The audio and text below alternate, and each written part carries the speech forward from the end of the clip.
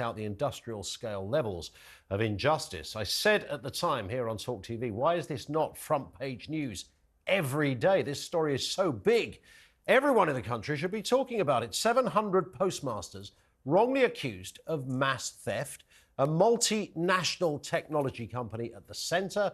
The British government owns the post office and the brand is about as quintessentially British as fish and chips. And yet there was nothing, no headlines, no debate, not a squeak from Parliament or any big front page revelations. It seems that it's taken an ITV drama to put this story fully on the map. The programme, starring Toby Jones, told the story that many are hearing for the first time. But for the sub-postmasters involved, this goes back a quarter of a century. Imagine the scene. You're diligently working away at your post office and all seems to be going rather well. It's a lovely job. Not only is there a certain level of security, but you're very much the heart of the community. Who doesn't like a local post office? But then one day, as you're totting up the takings, you realise the numbers are not adding up. Something isn't right, and it keeps happening. Eventually, the auditors show up to gaze their eyes over the books, and they don't much like what they see. They've spotted not just some iffy maths, but tens of thousands of pounds missing. Long story short, they fire you, your pension is gone, and now they're going to prosecute you.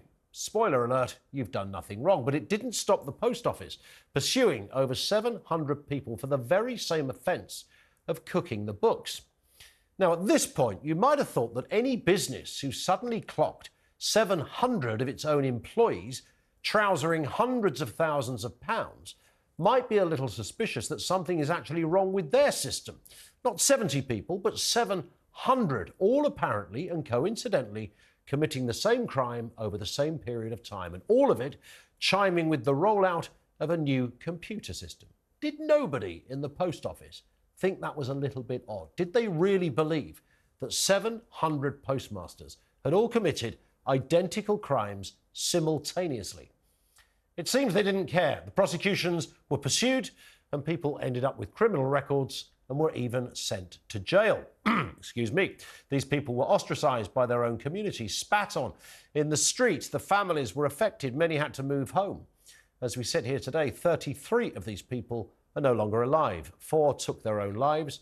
Many are bankrupt. Lots have yet to receive a single apology.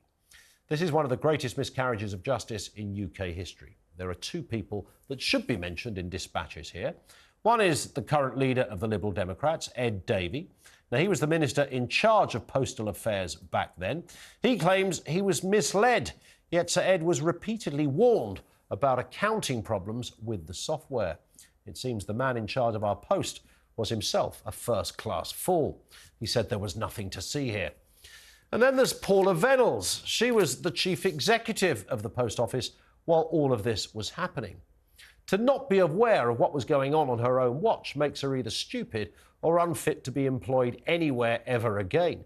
She's never given an interview on this issue. Instead, she took 5 million quid in wages.